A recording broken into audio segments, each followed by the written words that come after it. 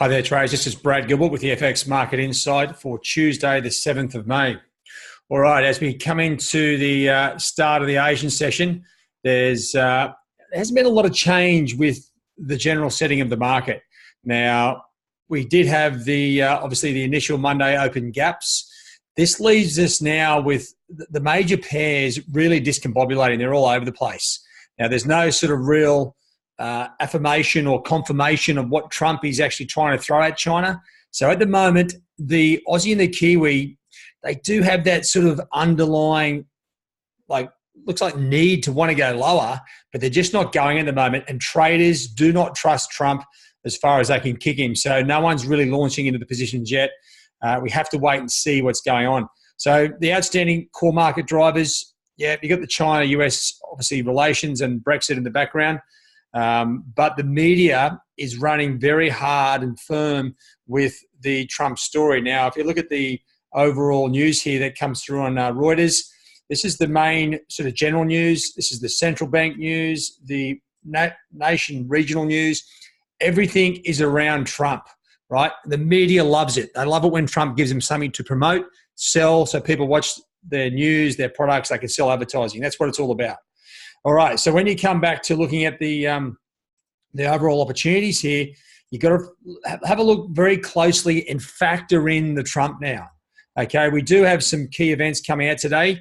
Now, the Aussie data, okay, there's two components here. The retail sales figures, which are a very important number, right? They will move the market if they are variant. What we have with this China-US situation still simmering in the background, and at the moment it has a negative complexion. Weak numbers, we may see a short-term trade here on the downside. If we get strong numbers, it's against the overall negativity that Trump's created, so I don't think it'll go far. So weak numbers, potential chance there for an opportunity. Now the RBA, unlike the RBNZ Wednesday, are due to hold rates steady. But the RBA was focusing very closely on the US-China trade issues and global growth. So that's going to come back into play again. It's something else for them to consider. I think without an outcome and these latest comments just being threats, I don't think they can cut rates on that. Okay, I think they're going to wait. But we may find in their statement more negative comments. So you have to wait and see. This is not a hugely tradable opportunity. So I don't think you should be launching into the RBA with any sort of big positions, because with the China situation in the background still coming out, we don't have any technical levels on the downside in the Aussie. So really it becomes a very convoluted situation, especially with Trump sitting in the wings waiting to knock China off their perch. So that's the core major news that will be very active in the Asian session. Now, there's nothing really of note to come out in the European session. And then you come through to the North American session, you really look at the IV PMI numbers. Now, this is a good number to be looking at for dollar CAD. At the moment, the dollar CAD doesn't have any real clear direction.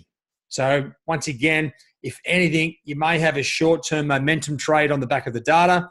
It's going to be really loose.